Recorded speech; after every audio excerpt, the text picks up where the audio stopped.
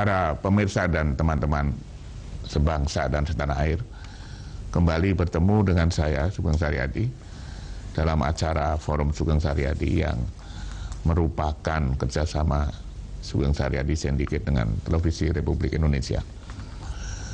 Para pemirsa, untuk episode ini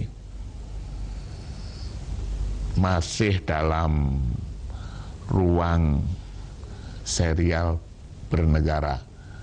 Jadi ini bagian dari masuk ke dalam kategori bernegara. Saya tidak mau memakai berpolitik karena bernegara itu jauh lebih fokus. Dan untuk tema kali ini saya beri judul, saya mau tidak mau harus mengangkat ini. Mau tidak mau sebetulnya saya tidak boleh terlalu ambisius, tapi untuk sesuatu yang menyangkut maslahat umum, saya sebagai wartawan terbawa juga, ada ego saya yang masuk di situ. Jadi saya beri judul sisi-sisi gelap keputusan Mahkamah Konstitusi. Saya tidak tahu gelapnya di mana, tapi saya nanti akan tanya dengan tokoh-tokoh yang pada satu hari bisa mengubur keputusan MK atau membuat tidak jadi keputusan MK, atau sebaliknya. Ini akan menarik sekali. Tema ini saya angkat berhubungan dengan perkembangan terakhir dari majunya Effendi Ghazali and Friends dan teman-teman. Kalau dulu itu ada petisi apa gitu dalam sejarah Republik, Effendi Ghazali dengan teman-teman ini mempersoalkan, mengajukan judicial review untuk supaya pemilihan presiden dan pemilihan anggota parlemen itu diserentakkan. Ini untuk menghindari diskusi yang berlarut-larut, tarik ulur tentang yang disebut presidential threshold itu.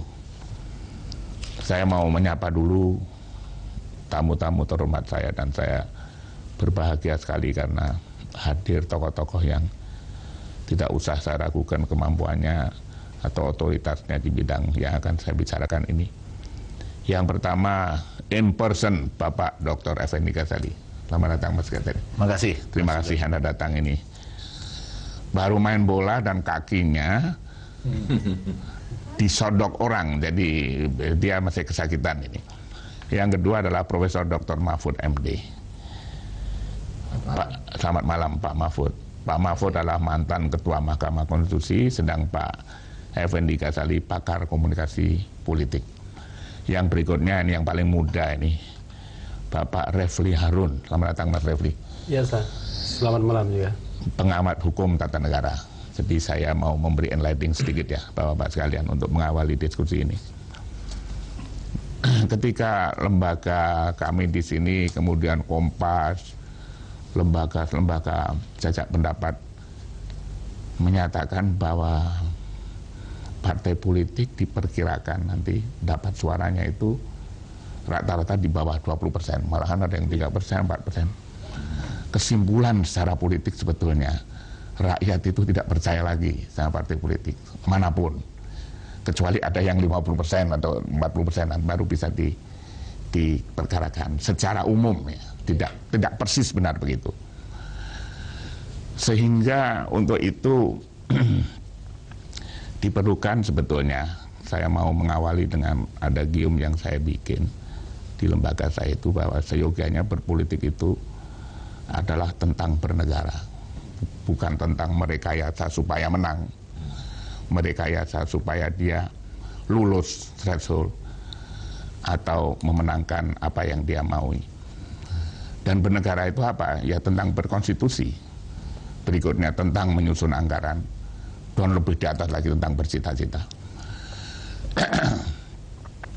Yang menarik pasca reformasi ini, yang anggotanya adalah anak-anak muda seperti Refli dan Pak Effendi ini, lahirlah kemudian dalam membangun bernegara itu Mahkamah Konstitusi. Ini adalah sesuatu yang benar. Keberadaannya memang untuk ilmu politik ini menjadi kondisio sine qua non yang harus ada. Karena kalau membaca ini Undang-Undang Dasar kita ini kan undang-undang dasar yang dibikin secara terburu-buru sehingga bisa multitafsir dan segala macam, rawan terhadap itu. Semuanya misalnya gini, setiap orang berhak menyampaikan pendapat dan seterusnya, untuk pelaksananya diatur dengan undang-undang. Nah, ini ketika mengatur undang-undang ini yang masuklah segala macam kemungkinan-kemungkinan. Lembaga ini, Pak Refli, ya seyogianya tidak boleh memiliki sisi gelap. Saya ingin ke tema pokoknya. Saya mendengar bahwa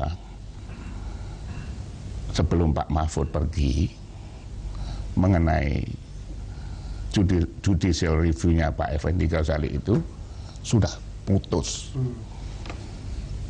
Kenapa kemudian diumumkannya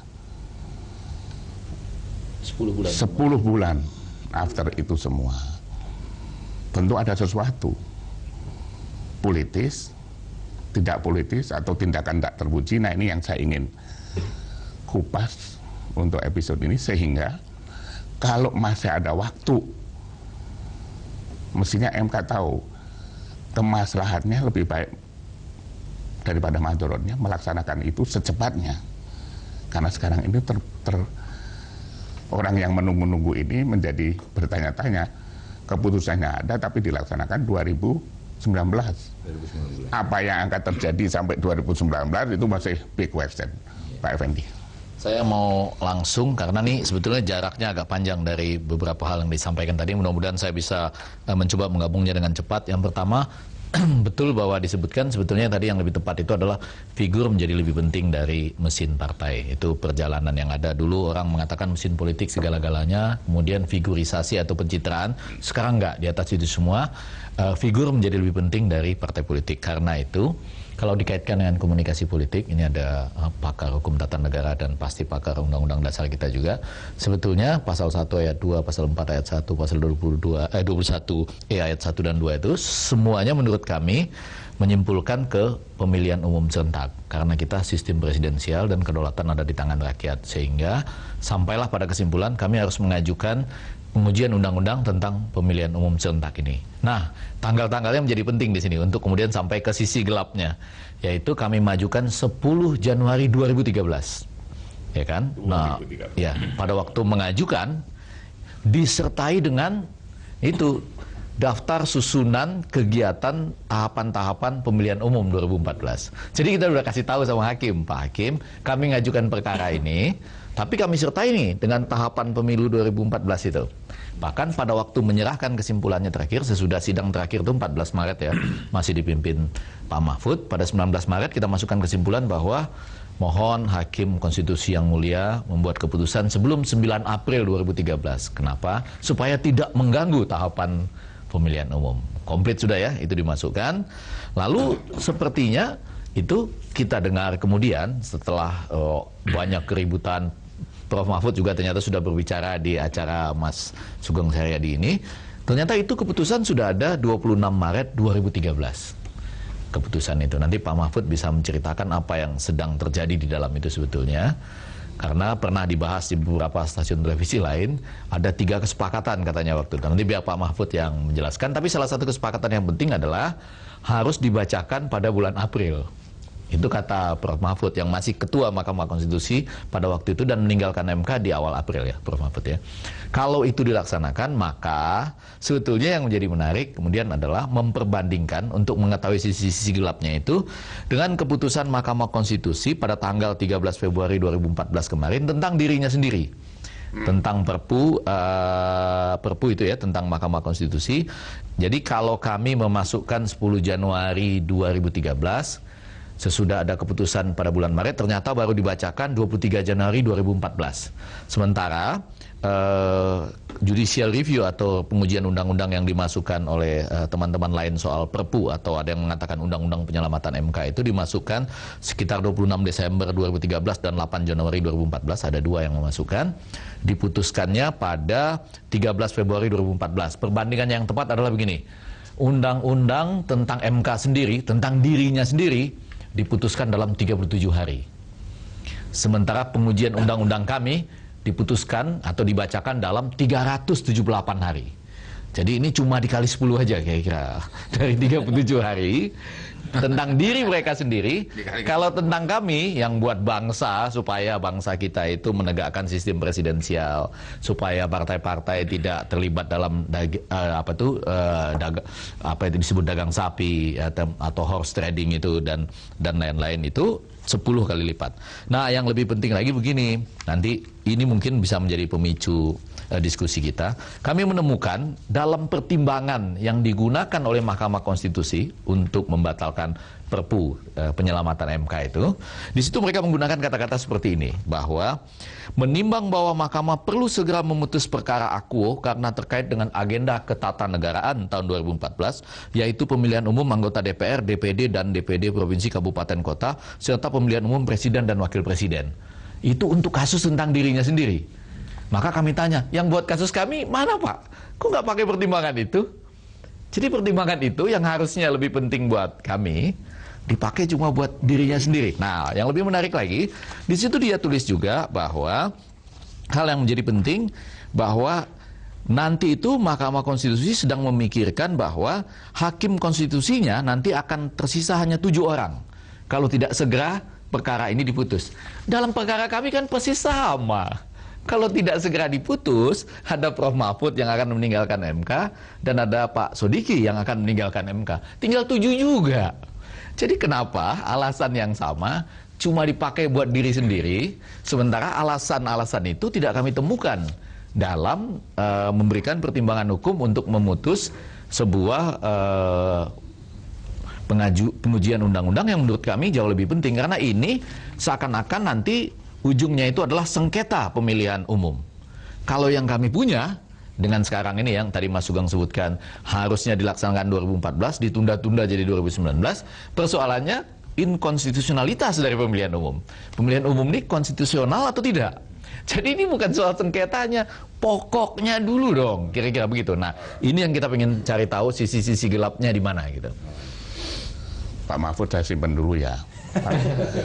Pak Refli, ini kan saya mencoba mewakili audiens saya. Jadi kalau mendengarkan itu, nomor satu yang menarik, kenapa ini menjadi gelap? Yang concern mengenai hal-hal semacam ini sama sekali bukan partai politik.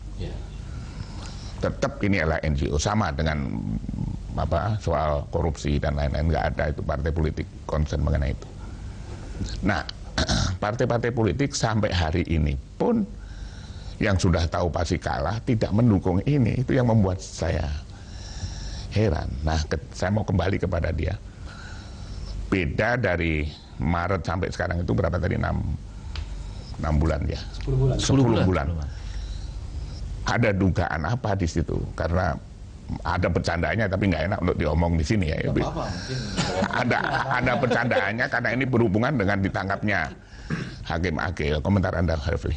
Iya, ini kan paling cuma kita bisa menduga saja, Pak. Ya, jadi diputuskan 26 Maret, Prof. Mahfud ya. Nah, cuma sebenarnya kan saya pribadi kan menyesalkan dengan segala hormat dengan Prof. Mahfud. Kenapa ketika Prof. Mahfud belum pensiun tidak dibacakan? Mungkin waktunya tinggal 4 hari kan, Prof. ya. Tetapi kan dalam pengalaman saya pernah permohonan itu diajukan pagi hari, sorenya diputus. Artinya ada presiden seperti itu. Bahkan dulu waktu pada era Pak Jimli itu almarhum Gus Dur itu mengajukan Senin, itu Kamisnya diputus. Jadi ada juga. Nah, kalau kita lihat misalnya alasannya pada waktu itu adalah secara teknis membuat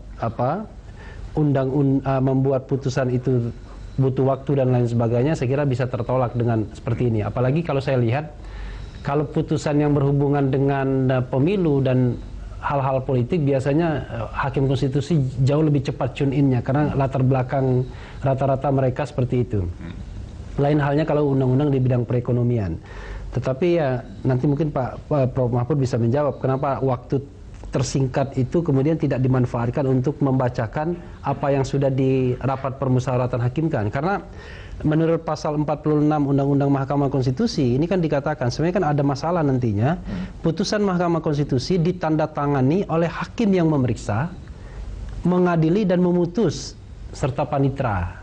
Nah, dalam hal ini kan ketika membacakan putusan yang menandatangani sudah orang yang berbeda. Ada Pak Arief Hidayat di sana dan kemudian ada juga hakim konstitusi yang baru, Patrialis Akbar. Nah, ini kan yang membuat kemudian hukum acara ini tidak dijalankan. Nah, oke. Mungkin era Pak Mahfud cuma 4 hari, tapi memang kemudian diserahkan kepada Pak Akil Muchtar. Nah, ini mohon maaf, ini mungkin cuma menduga saja. Kalau kita bicara teori konspirasi, kalau misalnya pemilu serentak itu kemudian sudah diputuskan di rapat permusyawaratan hakim, maka kemudian presidensial threshold kan tidak relevan lagi. Nah, sementara kita tahu bahwa ada calon-calon presiden mungkin ya, yang berkepentingan terhadap isu presidensial threshold ini. Ada yang sudah mendeklarasikan, ada yang kemudian barangkali akan maju tetapi masih kesulitan kapal apa yang bakal dipakai. Maka kemudian sangat mungkin sebenarnya putusan ini adalah quote unquote bisa dijual sesungguhnya.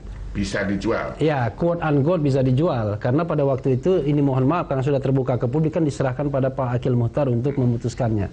Itu skenario pertama menurut dugaan saya. Tapi skenario kedua, sangat mungkin juga karena hakim-hakim di Mahkamah Konstitusi, termasuk Pak Akil Muchtar ya, yang menjadi Ketua Mahkamah Konstitusi, terlalu sibuk mengurusi kasus-kasus pemilu kada.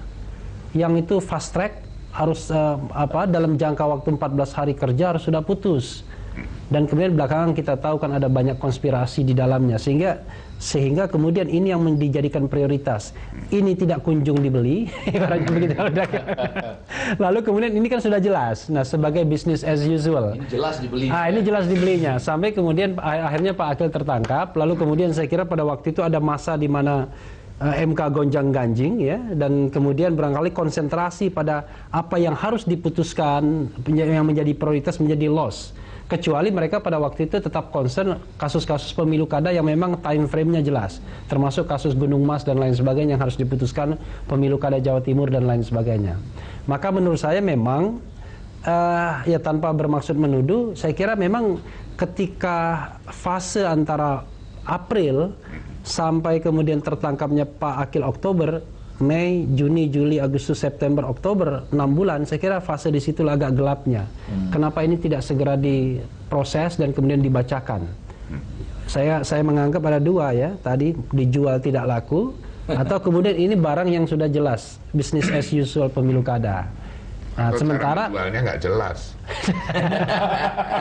atau pembelinya belum masuk begitu, belum mengajukan penawaran. Karena gini, dalam jangka waktu yang bersamaan, mereka-mereka yang ingin menghapuskan presidensial threshold termasuk diri saya. Oh, lagi berjuang di DPR ya? Lagi berjuang di DPR. Oke. Jadi sedang berdebat juga. Jadi sebenarnya masih ada way out, masih ada jalan yang lain. Nah, ini jalannya. Beli di sini, ya, kalau di situ masih ada. Masih ada jalan. Nah, ini tapi ini ya terus terang kita mengatakan ini kan spekulasi ya, spekulasi yang berkembang. Dan spekulasi ini tentu post factum ya, setelah kemudian tertangkapnya Pak Akil Muchtar begitu. Begitu Pak Sugeng.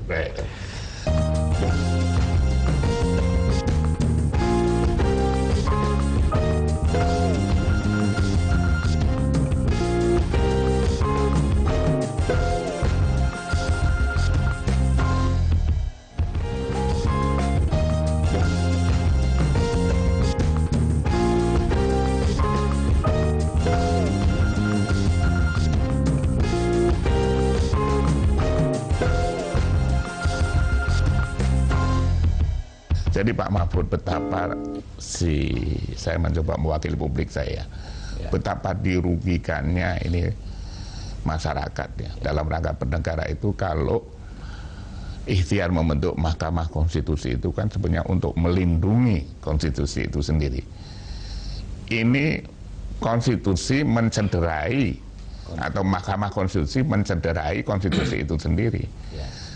Coba jelaskan pada umum sisi gelap ini apa yang terjadi supaya si rakyat ini, wah ini nanti tidak sembarang memilih hakim konstitusi gitu loh. Ya, saya jelaskan prosedurnya aja dan menyangkut 3 hal. Memang rame kan, begitu putus lambat rame. Oh ini Hakim MK ada main, Pak Mahfud juga ikut main kan begitu. Padahal jauh sebelum itu di ruang ini bersama Pak Sugeng sudah diputus, ya kan? Dan itu disuarakan di TV. Tapi saya tidak tahu Mahkamah Konstitusi terlambat. Sesudah Pak Effendi juga setiap ketemu saya bertanya, saya jawab sudah Pak, sudah diputuskan gitu. Ini tinggal Mahkamah Konstitusi. Sampai akhirnya beliau Pak Mahfud, saya mau cabut permohonan itu karena ini punya Yusril mau disidangkan, punya saya yang sudah lama tidak. Maka langsung saya bikin jumpa pers.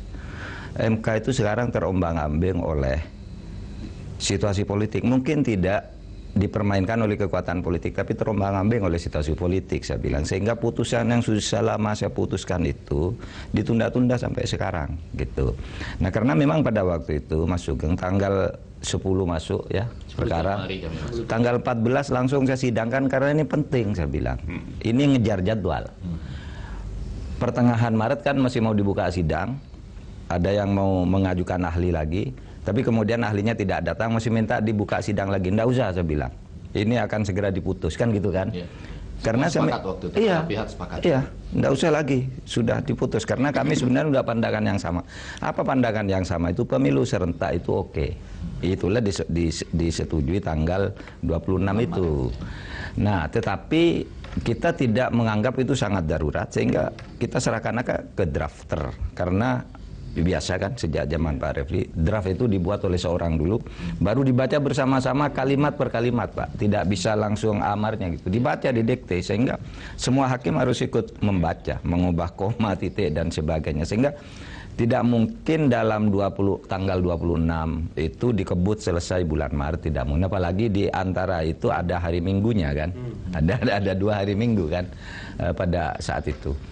Nah itulah sebabnya kemudian kita menyatakan begini, udah pada waktu itu oke, pemilu serentak, tapi ada pertanyaan yang sebenarnya bagi saya sudah jelas, thresholdnya gimana? Bagi saya threshold itu menjadi tidak ada, saya bilang. Yang lain setuju, tapi ada yang tidak setuju, tidak katanya. Bagaimana kalau undang-undang nanti mengatur misalnya threshold didasarkan pada hasil pemilu sebelumnya oleh partai politik yang ikut partai pemilu sebelumnya. Ada yang berpikir begitu. Tetapi itu tidak dominan. Oleh sebab itu saya katakan oke deh, saya bilang nanti di voting saja, saya bilang saya sudah keluar pada saat itu. Dan kalau pendapatnya 4-4, saya akan memberi pendapat sendiri. Tapi kalau sudah lebih dari 4, silakanlah ambil putusan, saya ikut yang banyak. Kan selalu begitu. Dan saya membawa formulir. Ini nanti kalau ada yang sama, kontak saya akan saya beri ini pendapat saya selaku ketua, karena menurut undang-undang kan harus ketua yang menentukan kalau ada 2 kekuatan yang sama gitu. Nah itu kemudian pada waktu itu ada yang mengatakan ya apa mungkin 2014. Pada waktu itu pertimbangannya bukan hanya teknis, pertimbangannya orang ini kan selama ini kan sudah berlomba untuk persiapan 2014 itu dengan threshold. Ada yang berpikir tidak fair dong kalau sekarang udah persiapannya begitu, tiba-tiba dibalik syaratnya gitu. Oleh sebab itu lalu kita beri, coba kalau presiden naikkan gaji juga, kan biasanya kan ditunda pada periode berikutnya. Ada yang mengatakan begitu. Sehingga pada saat itu kita kemudian ya sudah, pokoknya di voting dulu. Saya bawa formulir, saya bilang kalau ada masalah masalah kesamaan itu saya kirim pendapat saya yang menentukan. Tapi ternyata saya tidak pernah dihubungi, kan berarti sudah lewat dari 5. Nah itu yang sebenarnya terjadi soal ini. Nah kemudian memang pada saat Pak Effendi itu protes, saya mau cabut saja kalau gitu, saya akan terus bikin jumpa pers menjelaskan kepada publik bahwa saya tidak ikut-ikut soalnya karena saya sudah keluar, tidak etis. Tetapi saya jelaskan bahwa saya sudah memutus dan sudah ada kesepakatan. Pada waktu itu disepakati April, cuma kesepakatan April itu tidak di dalam RPH. Tetapi semua ingat, udahlah ini cepat-cepatlah sambil pakai toga percepat ya. Dan itu diakui oleh Pak Hakim Konstitusi Haryono dalam tayangan di televisi bahwa memang ada kesepakatan itu. Iya ada. Meskipun tidak hasil RPH, tapi sudah ini kasihan dia bilang. Bahwa akan dibacakan April ya? Dibacakan karena menyangkut segi-segi teknis begitu. Nah itu saja sebenarnya Mas Sugeng menyangkut kasus itu. Mungkin juga kemudian sudah itu ada dugaan-dugaan yang disampaikan oleh Mas Refli, bisa saja terjadi sesudah itu. Tetapi memang lebih dari 1.000 ya kasus di MK itu, vonis yang hanya divonis sehari itu diputuskan hari yang sama hanya punya Pak Refli. Ya, dalam sepanjang sejarah MK. Bahkan ada yang sampai setahun lebih, seperti undang-undang tentang perjanjian nasional itu sampai 1,5 tahun tidak dibaca juga karena drafternya mencari teori dulu. Wah, enggak bisa katanya. Pak, cepat Pak, ini masyarakat di luar negeri saja bisa sampai bertahun-tahun enggak apa-apa, sebelum diputus kan berlaku yang lama. Ada juga hakim yang konservatif begitu. Kita kan tidak bisa memaksa-maksa, mereka independen juga kan. Tapi supaya sesuai dengan judul acara kita dan menjawab pertanyaan pemirsa, Mas Sugeng, saya kembali untuk mengingatkan bagaimana hakim konstitusi dengan cepat menemukan pertimbangan hukum yang digunakan untuk memutus tentang perkara tentang dirinya. Dan itu persis loh bahwa ini terkait dengan, jadi yang seperti saya bacakan tadi, menimbang bahwa Mahkamah perlu segera memutus perkara akuo karena terkait dengan agenda ketatanegaraan tahun 2014, pemilihan umum anggota DPR, DPD, dan DPRD Provinsi, Kabupaten, Kota, serta pemilihan umum Presiden dan Wakil Presiden. Itu tadi ya. Nah, hal yang sama muncul lagi ketika dia menyatakan bahwa hal ini terkait dengan jumlah hakim yang nanti akan hanya tertinggal 7. Padahal kasusnya sama, pada waktu harus memutus perkara kami, dalam waktu dekat akan tertinggal 7, betul kan, Prof. Mahfud? Karena ada. Saya biasanya kalau misalnya, Prof. nanti korek nih, kalau misalnya menyangkut agenda ketatanegaraan, biasanya MK sangat responsif. Dan sangat cepat ya, sangat sudah cepat. Ada contoh-contohnya. Sebagai contoh misalnya sejak 2004 itu, Gus Dur misalnya pernah mengajukan permohonan mengenai judicial review mengenai syarat presiden, mampus secara jasmani dan rohani, itu kan menjelang beliau mendaftar ke KPU dengan Marwah Daud Ibrahim, diputus dalam jangka waktu cepat karena dianggap ini memang sesuai dengan agenda. Dulu beberapa partai politik yang nggak jelas mengajukan kemudian meminta persyaratan menjadi anggota, persyaratan menjadi peserta pemilu dihapuskan, juga diputus. Nah, sebelum ini kan Prof. Mahfud juga sudah memutus beberapa perkara kan, yang terkait dengan yang paling agak mendekati jadwal itu adalah status para anggota DPRD yang kemudian terkait dengan dia harus mundur ketika dia pindah partai politik gara-gara partainya tidak lolos. Kan itu kan persis itu menjelang deadline kan, kalau tidak salah deadline-nya 1 Agustus. Nah, itu diputusnya kira-kira sehari sebelum 1 Agustus. Nah, sebenarnya sangat concern mengenai agenda itu sebenarnya Hakim MK. Mau mengerucutkan pertanyaannya. Lalu yang disebut itu mendesak karena berhubungan dengan ketatanegaraan dan lain itu kriterianya apa? Saya melihat bahwa judicial review Effendi Ghazali dan teman-teman ini memiliki nafas yang diterima oleh publik. Menurut saya itu penting. Nggak ada, jadi publik sendiri lebih memilih itu daripada partai politik yang menang, threshold, dan seterusnya, dan seterusnya. Publik ingin melihat banyak pilihan.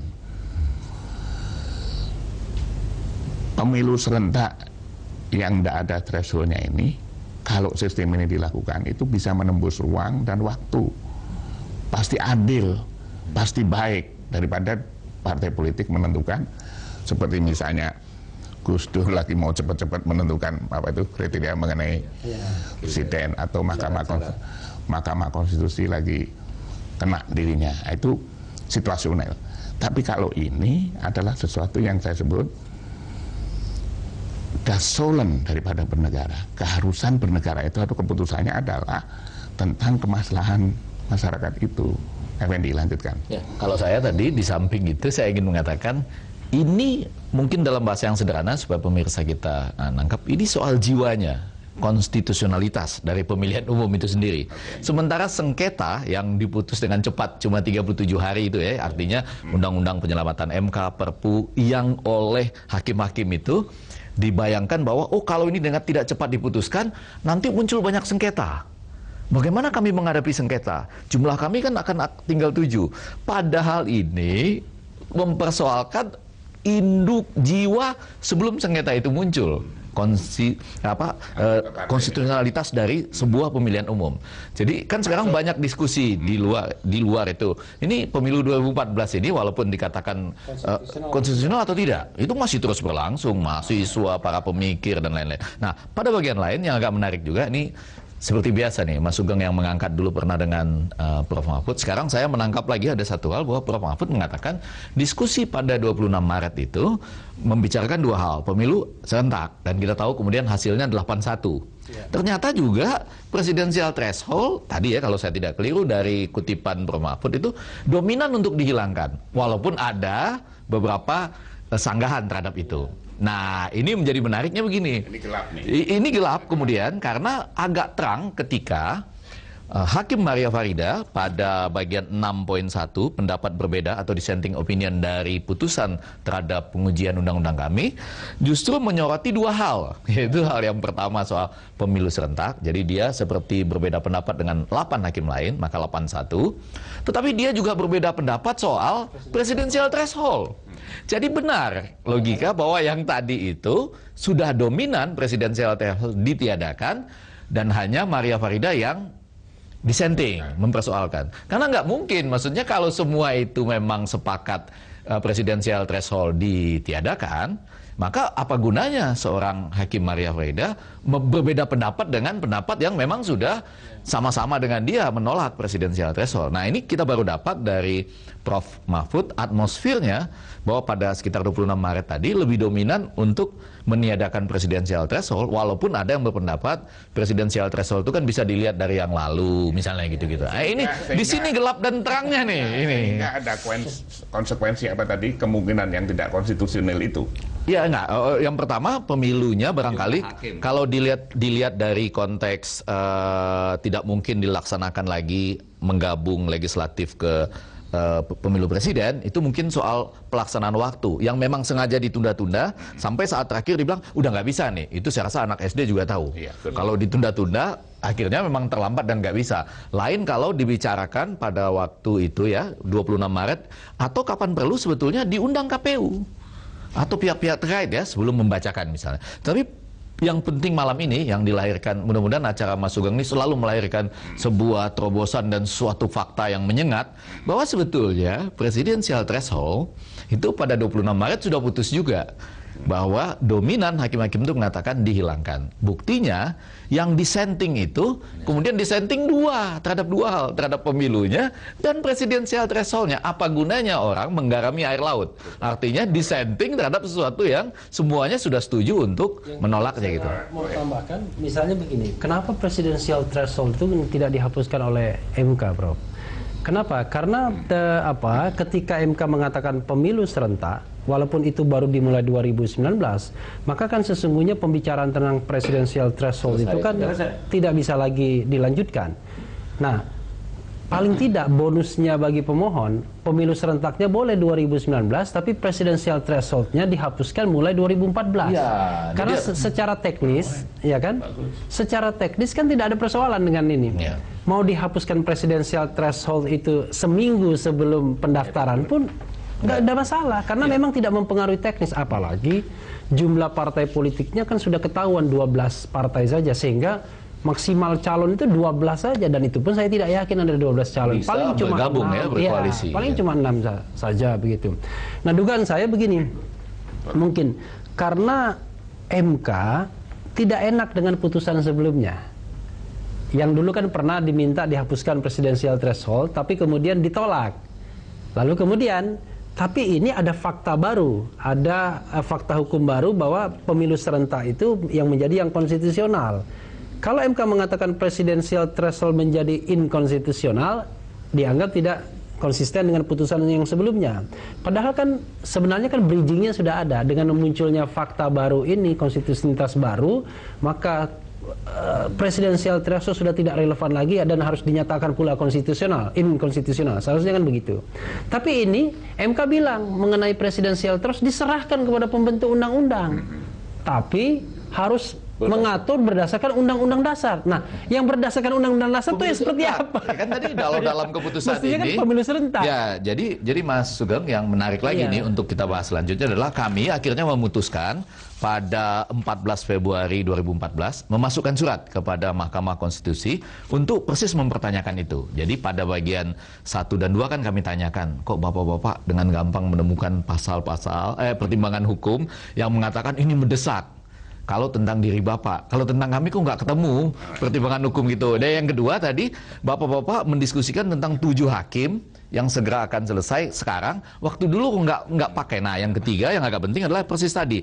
Kita tanyakan, apakah keputusan pada pengujian undang-undang kami yang mengatakan bahwa soal presidensial threshold itu diserahkan kepada kewenangan pembentuk undang-undang dengan tetap mendasarkan pada ketentuan Undang-Undang Dasar 45. Kami tanya, apakah itu sama dengan apapun yang akan dibuat oleh pembentuk undang-undang, kalau tetap mendasarkan pada ketentuan Undang-Undang 45 dalam konteks ini adalah pemilu serentak, berarti presidensial threshold-nya tidak ada. Dan kalau benar demikian, apakah itu bisa juga berlaku pada pemilu 2014 karena tidak bertentangan dengan bagian-bagian lain dari keputusan itu yang mengatakan bahwa ada kendala teknis, waktu, budaya hukum, sosialisasi dan lain-lain. Itu inti pertanyaan kami. Dugaan saya ini memang dia sebetulnya tahu, Refli, yang menulis ini tahu.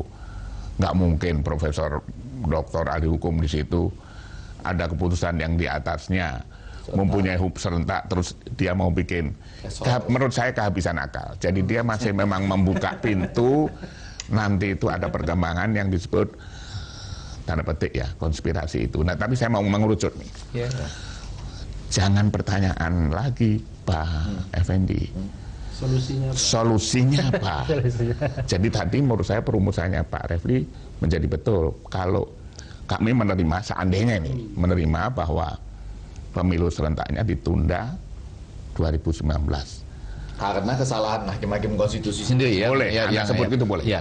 Tetapi yang kedua, untuk presiden threshold-nya sudah nggak perlu lagi 2014. Nah, tapi menariknya begini, Mas Sugeng, ada Prof. Mahfud MD juga di sini. Jadi begini, pintu masuk kami itu sekarang adalah kalau menurut kami, karena kita semua tahu keputusan Mahkamah Konstitusi final dan mengikat, ya kan? Nah, pada bagian itu kita semua tahu itu. Dan yang kedua, ada pertanyaan lagi, kemana mau mengadu? Ya kan, ini agak penting Mas Sugeng. Jangan juga saya bilang kita didorong-dorong ke sebuah ruangan yang nggak ada orangnya, begitu masuk kita langsung jatuh dari lift misalnya, ya kan? Karena ke siapa? Nah, antara lain kami di sini mengutip dalam surat kami ke Mahkamah Konstitusi. Kami ingat pada waktu kami datang bersama dengan Koalisi Masyarakat Sipil Anti Korupsi, Ketua Mahkamah Konstitusi pada waktu itu Pak Hamdan Zulfa pada 13 Desember mengatakan, segera laporkan kalau ada hal-hal yang Anda tidak setujui atau Anda ke Dewan Etik yang akan segera mulai bekerja Januari. Nah, jadi kami maksudnya gini, kami tanya dulu kepada Mahkamah Konstitusi, apa betul nih pernyataan ini dalam keputusan Anda berarti siapapun yang nanti membentuk undang-undang pasti berakibat pada presidensial threshold-nya nggak ada. Dan kalau begitu pertanyaan 4B, bisa nggak dilakukan di 2014 karena tidak bertentangan dengan hambatan-hambatan yang Anda sebutkan sendiri.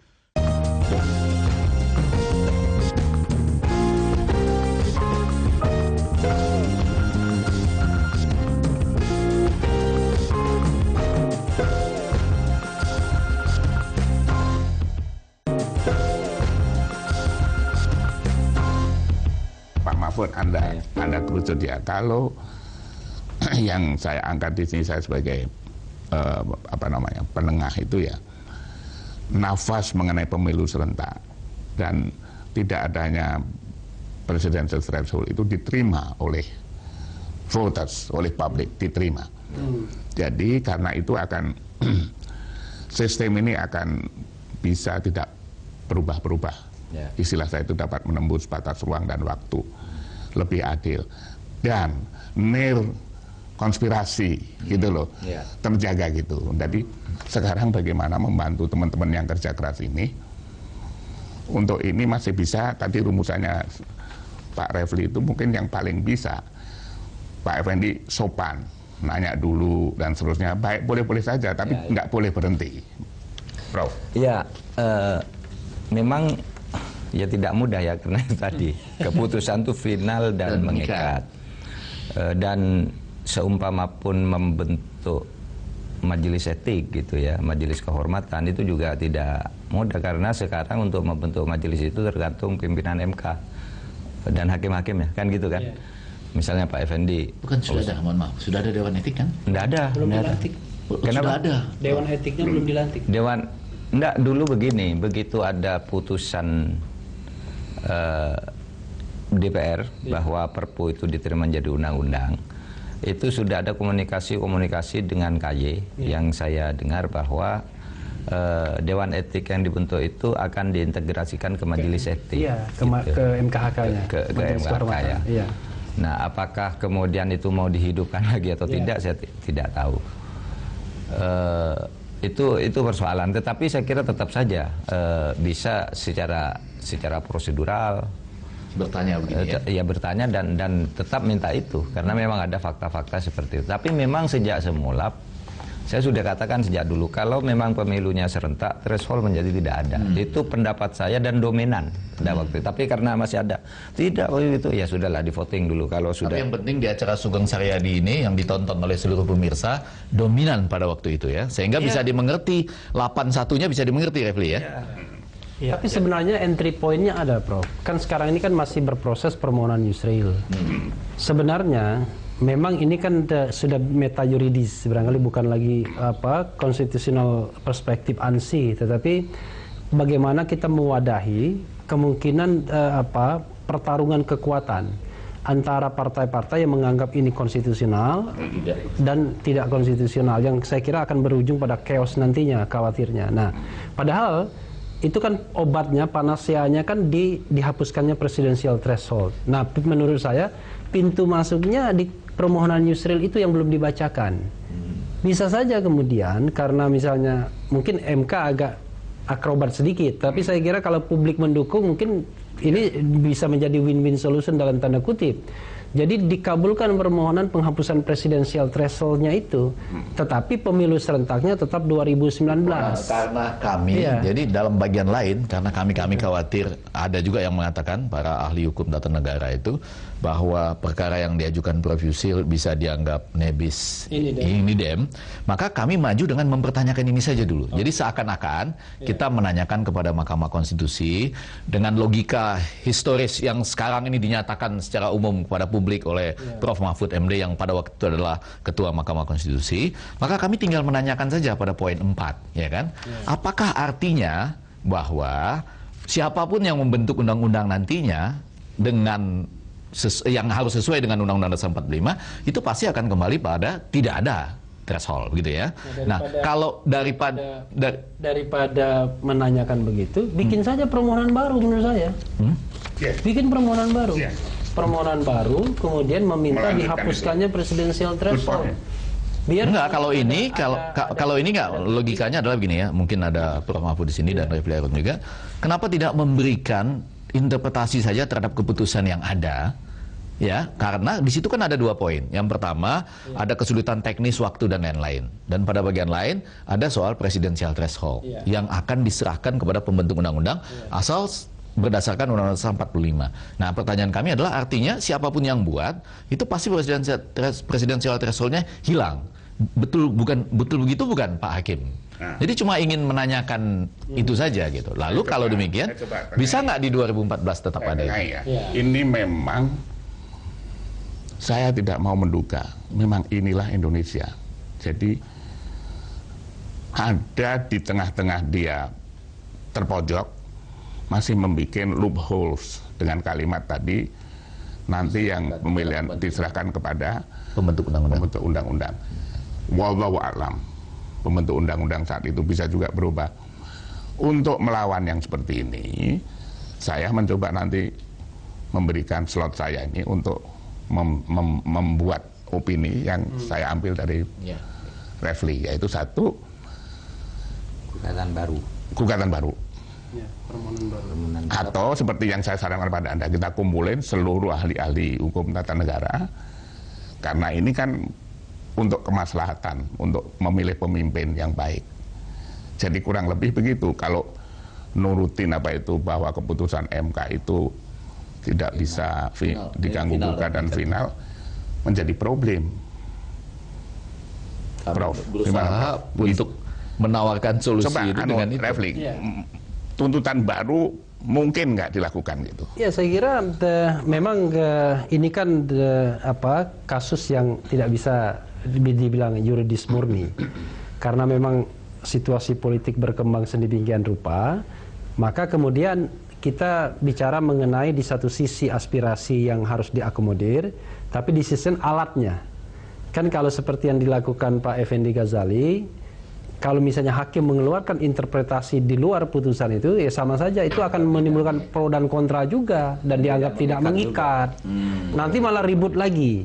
Nah, kalau ada permohonan baru dan tiba-tiba ada putusan, karena kemudian Mahkamah Konstitusi misalnya demi kepastian hukum dan lain sebagainya kemudian menyempurnakan, bukan mengoreksi, tapi menyempurnakan putusan sebelumnya yang mengatakan diserahkan menurut Undang-Undang Dasar tafsirnya, maka kemudian disempurnakan bahwa tafsir yang benar itu adalah tidak ada presidential threshold. Nah, saya sendiri Pak Sugeng menganggap dengan segala hormat presidensial threshold itu sendiri nggak ada logikanya dalam sistem pemerintahan presidensial Indonesia dan juga dalam perspektif karena kan konstitusi kita kan menganut two round sistem 2 putaran. Memang sudah diantisipasi.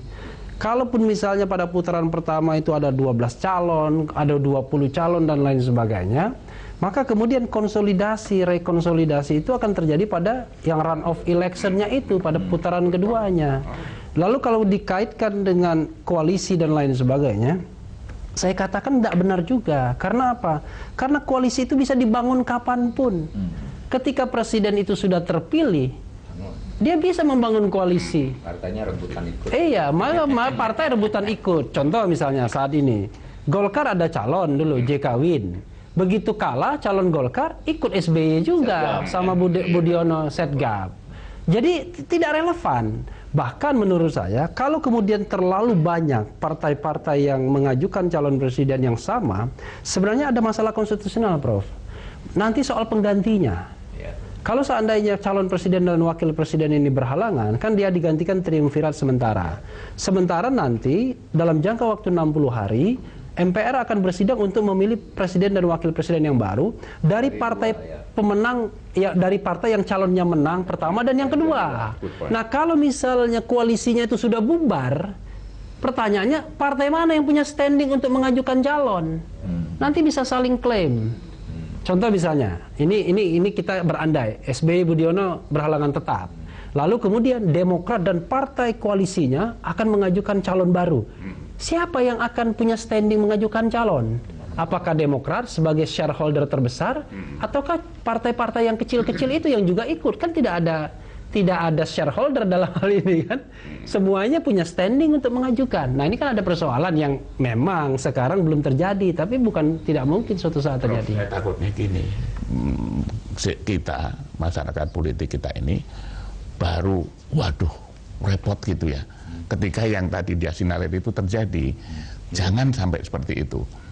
Pertanyaan saya, berhubung Anda di peredaran pemilihan pemimpin Republik, ini partai-partai kecil kok sombong banget gitu, nggak mau mendukung Effendi, nggak mau mendukung, mengapa? Psikisnya gimana posisinya? Saya tidak tahu juga kenapa mereka tidak mau mendukung itu. Mungkin mereka keperluan praktis, pragmatis juga. Ya, dia sudah berpikir untuk berkoalisi dengan partai-partai lain. Kan begitu, sudah tahu dirinya tidak mungkin, daripada ngajukan juga kalah, mungkin berpikir gitu, sudahlah langsung melompat ini bergabung ke situ besok. Kemungkinan juga terjadi. Tapi gini, ini mungkin ada jalan lebih praktis Pak Refli ya, daripada mengajukan gugatan baru. Ini perkara Israel sedang berjalan. Iya, ini kan bisa itu salah satu. Ini tapi bisa saya masuk. cuma khawatir kalau dinyatakan itu tadi kan, dinyatakan Anda masuk ke perkara itu. Jadi pihak terkait. Saya berkepentingan dengan ini. Karena saya punya vonis ini gitu. Bisa. Masuk jadi pihak terkait ad informandum. Iya. Tapi yang memanggil MK. Iya, saya mau kita mengajukan DO boleh didengar dan minta menjadi pemohon mohon juga. mengajukan diri. Bisa. Ya, Itu baik, bisa. itu salah satu. Iya. Dan itu biasanya cepat ditanggapi. Oh, kalau terkait langsung kabulkan, undang sidang berikutnya. Oke, terutama mungkin itu akan mempermudah MK ya mengambil keputusan tanpa kehilangan muka kan. Iya, iya. Wah, ini karena Untuk ada yang memiliki Anda dan teman-teman itu memiliki political leverage sehingga komunikasi politiknya berkembang besar, nanti coba kita approach, kita ulang lagi forum di sini dengan Yusril dan lain-lain untuk menuju ke sana. ada dua rencana kan teman-teman kita dipimpin Pak Azrul, lalu kemudian juga Indonesian Legal Roundtable dan lain-lain itu mau membicarakan ini semata-mata untuk kebaikan bangsa dan juga untuk kebaikan MK. Karena apa? Kalau kembali ke judul acara tadi, ini kalau tidak dibahas, jadi artinya seperti tadi, penggunaan pertimbangan hukum yang sama untuk sesuatu yang hanya 37 hari, tapi tidak digunakan untuk yang 378 hari, itu terlalu gelap, Mas Sugeng. Atau maksudnya terlalu terlalu jatuh intelektualitas kita kalau tidak mempersoalkan itu. Jadi ini perlu kita persoalkan. Kepada hakim-hakim konstitusi yang mungkin mendengar ini ya, memang presidensial threshold tidak ada logikanya sama sekali menurut saya. Dalam sistem presidensial dan dalam konteks pemilu serentak. Iya, ya kan? apa logikanya? Tidak ada logikanya sama sekali. Kecuali logika adalah, saya dengan bahasa yang sedikit agak kasar, konspirasi partai-partai besar untuk menghalangi munculnya calon-calon alternatif. Karena dengan presidensial threshold 20 dan 25% itu, maka secara teoritis cuma 3 calon saja yang bisa, 3-4 calon maksimal. Dan ini sesungguhnya kalau kita lihat dalam perspektif konstitusi kita tidak dikehendaki konstitusi, karena konstitusi kita sudah mendesain pemilu 2 putaran. Kalau seandainya pada putaran pertama tidak dicapai suara mayoritas 50% plus 1, ada putaran kedua. Ada putaran kedua untuk reposisi dan rekoalisi dan lain sebagainya sebenarnya. Begitu. Oke. Sayang ya, 1 jam cepat sekali. Saya tidak bisa menambah itu. Tapi saya ingin opini lepas daripada kegelapan, sisi-sisi gelap tadi, saya mewakili publik saya ya, bahwa yang terbaik adalah melanjutkan judicial review ini untuk dengan alasan yang sangat rasional tadi, pemilihan serentaknya ditunda 2019. Tapi karena pemilihan serentak yang diputuskan sekarang ini, logikanya itu menghapus presidential threshold. Jadi presidential thresholdnya harus dimulai sekarang, tidak memakai lagi 20% seterusnya. Bapak sekalian, saya mau tidak mau agak ada filosofinya sedikit. Ini saya membacakan untuk menutup ini, saya address kepada para hakim konstitusi, para pemimpin partai, terutama pemimpin partai yang tidak memiliki atau kurang memiliki harapan untuk pemilu 2014 ini. Saya membacakan tulisan saya Kompas 2005 untuk menutup ini. Bernegara adalah obsesi memberikan arah kehidupan bangsa, memberikan arah untuk mencapai kebahagiaan individu, kebahagiaan anak bersekolah, memberikan tempat anak belajar dan membaca untuk mengetahui rahasia alam semesta, sehingga bisa memeluk masa depannya penuh percaya diri, memenangkan persaingan hidup dengan siapapun. Bernegara adalah obsesi untuk tidak menjadikan jabatan sebagai pekerjaan sampingan dari para pengusaha yang masuk politik. Bernegara adalah obsesi mengikis rasa rendah diri sebagian besar anggota masyarakat karena kemiskinan dan yang mendera mereka. Mengikis rasa tinggi hati dan kesombongan sebagian kecil warga masyarakat karena kekayaan ataupun kekuasaan mereka. Bernegara adalah obsesi memberikan yang terbaik dari yang memimpin kepada yang dipimpin. Bernegara adalah obsesi menyatukan kembali perasaan. Inilah Indonesiaku, negeriku, bangsaku. Insya Allah besok kita masih akan melihat matahari terbit dari ufuk timur dan tenggelam di ufuk barat. Assalamualaikum warahmatullahi wabarakatuh.